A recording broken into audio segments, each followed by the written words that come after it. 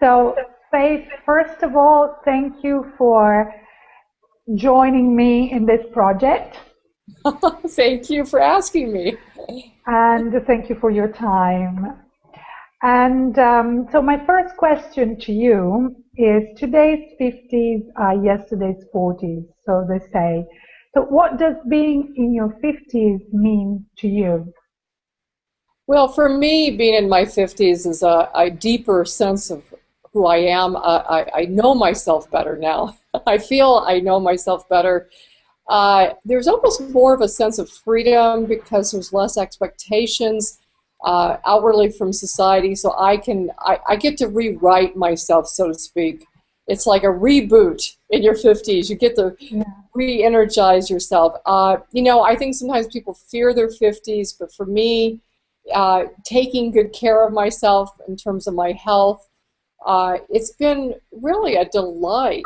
I've had some health challenges, so it's made me appreciate my health even more because it hasn't always been something that's been easy. But I feel I'm probably in the best place I've ever been in my life, actually. And so the 50s to me is an opportunity to step into the fact that you've had time to grow to know yourself, and it's new beginnings. That's what it feels like to me, new beginnings. I like that word. I mean, it's the same to me. New beginnings, rediscovering myself. Yes. At this age, women start undergoing major transitions in their life. Parents' death, separation or divorce, menopause, widowhood, moving to another city. And these, may be turning points uh, in our lives, or they may strongly affect our lives. Has there been any major turning point in your life? I would say I'm right there at when I was 50, menopause hit, and it did not hit in a friendly way. I was completely overwhelmed by menopause. Then we moved to Sedona from Seattle, Washington.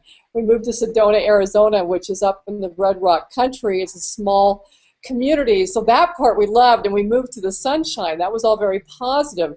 But within weeks of moving here, my mom passed away from an accident, and it happened very suddenly. So there was the menopause thing that sort of started this huge amount of change, where what my old habits, things that I would do, like stay up too late, not take care of myself, weren't working anymore.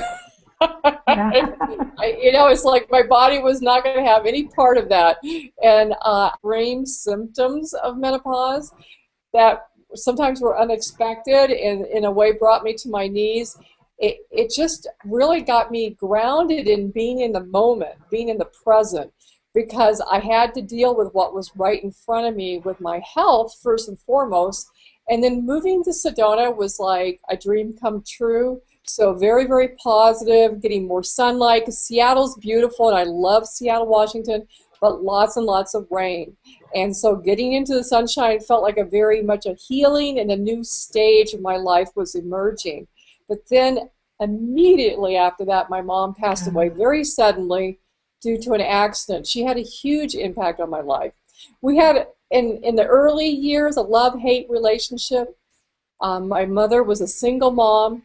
She was head of the English department for a small Presbyterian college in Illinois, and she was head of the English department. She really loved what she was doing as far as teaching and working with the students, and she was very, very good at what she does. So she was a great role model to me in that way, where maybe her role model part that wasn't so good was that she was absent a lot.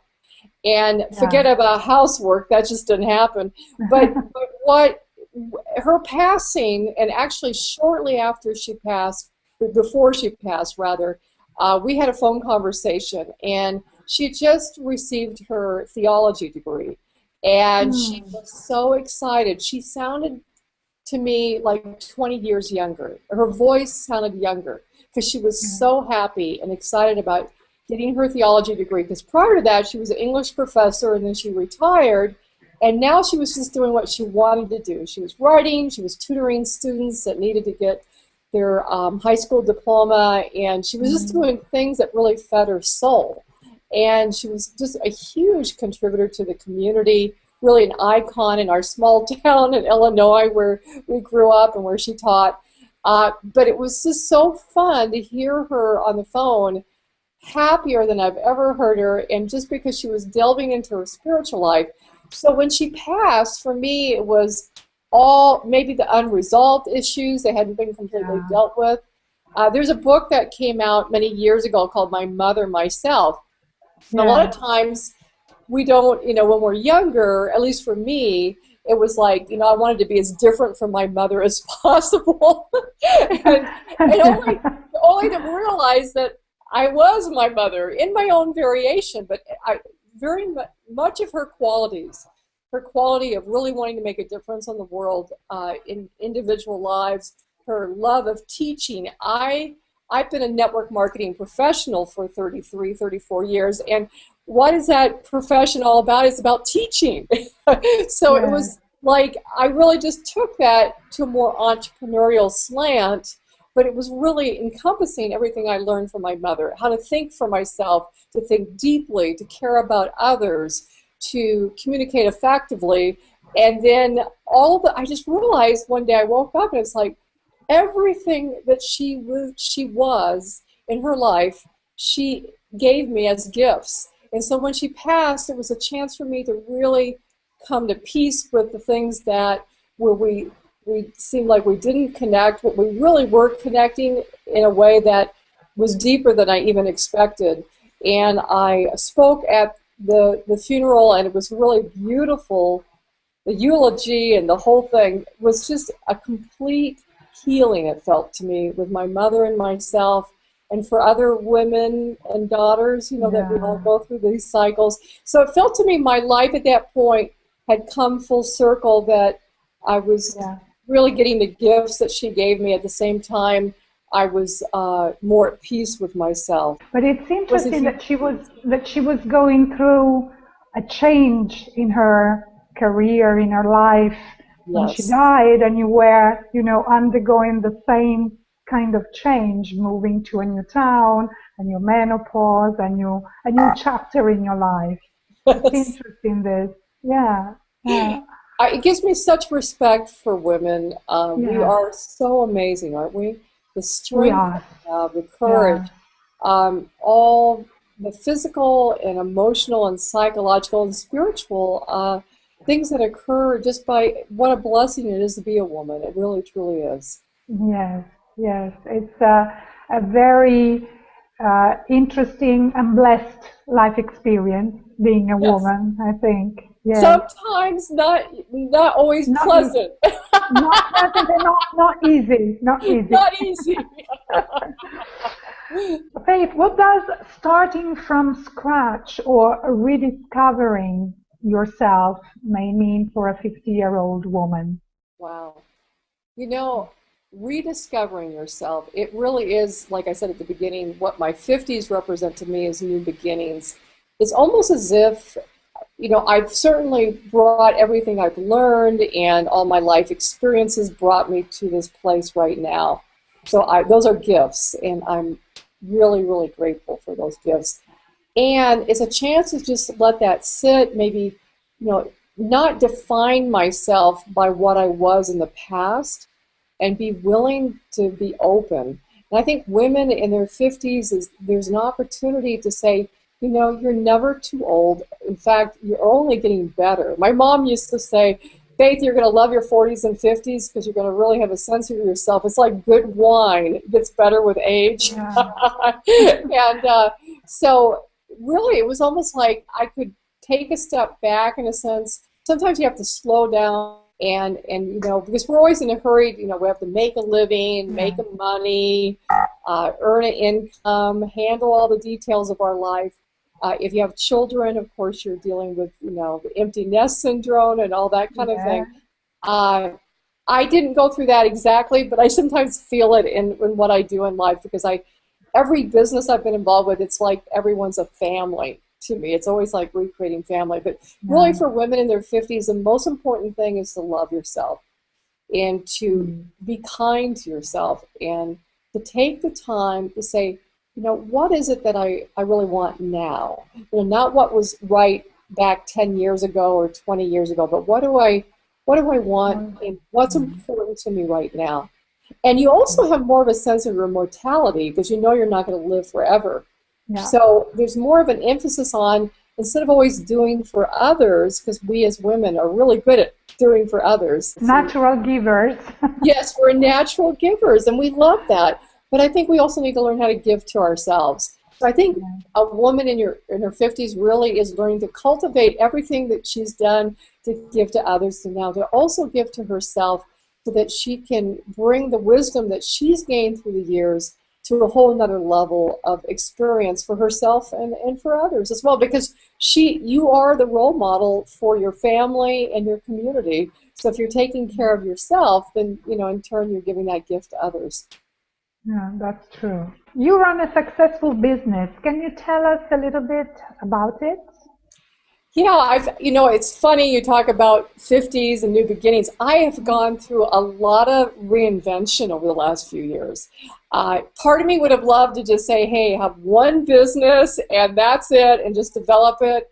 But as our times are changing so fast, technology, social media, business, economy, it's all in rapid change. Yes. So it's very important as an entrepreneur, a business owner, to be flexible, open-minded, and available to the present so you can see the opportunities as they come along.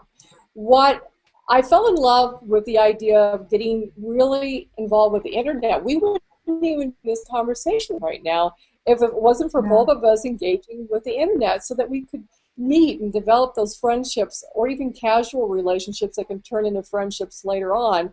So 4 or 5 years ago, I really, you know, I was on Facebook. I didn't really understand what it was all about. You know, I think a lot of people were on Facebook, but that was it.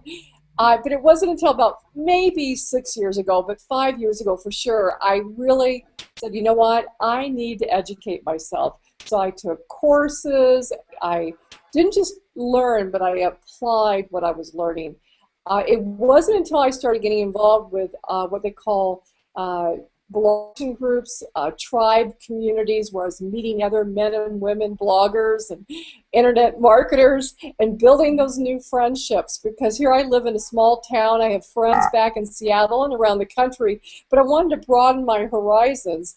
So I delved into something that scared me quite a bit, which was technology and the internet. Now, obviously, technology is getting simpler and simpler and more intuitive, but I still had a lot of fear around it and a lot of overwhelm. But I just jumped in with both feet. I thought, you know what? What's going to happen? What's the worst going to happen? I'm going to fall down, pick myself back up, just learn a little bit as I go along. And I had to tell myself, don't get overwhelmed. If you get overwhelmed, just relax. You don't have to know everything. Just take it one step at a time. So through that journey, it's led me into some internet businesses, both networking related as well as internet based. And the business I have today is probably the compilation of spiritual life, my value system, and technology, but in an intuitive sense, and social media. So I really only in March made the decision to move forward with this, where I've gotten involved with a new launch of a social mobile platform. And what excites me about it is the opportunity to connect the world in a significant way. Right now, about 70% of the world's population is connected through cell phones or some kind of phone, and 90% will be in the next few years. And more of those phones are becoming smartphones because the price keeps coming down and more people are plugging in. This has an opportunity to really change the power structure in the world, to give voice to the people. And what I'm excited about in the endeavor that I'm with now is that I have the opportunity to share something where people's social influence can be tracked. They can see their value in the marketplace as well as in their communities. They can have a voice to make the world a better place. So basically, social mobile applications, but it's really about humans connecting with humans, souls connecting with souls, giving voice to the people. So that's what I'm up to, and I'm very blessed. What would you say are the characteristics of a mature woman that may be particularly helpful when you are starting a new venture or a new career at an older age? Maturity. A greater sense that we live in this world with a lot of other people, and it's about really, I think in your 50s you have a much better sense of how you fit into the world. You have the confidence in yourself, oftentimes, to allow people to shine without feeling intimidated about that. So I think it's an incredible opportunity being in your 50s and being a business person, because you really have a better sense of the world and your place in it. Did you want to ask me anything more about that question? Because I'm not sure if I'm hitting it right on the mark there. So the questions, your answers are perfect. Yes, yes. And I really resonate with you, Faith. Thank you, because really you are giving voice to what I feel too. Oh, so, wonderful. Yes, thank you. And I've noticed that there are many women who think that in their 50s they are maybe too old to try something new, or too shy, or they feel they're not skilled enough.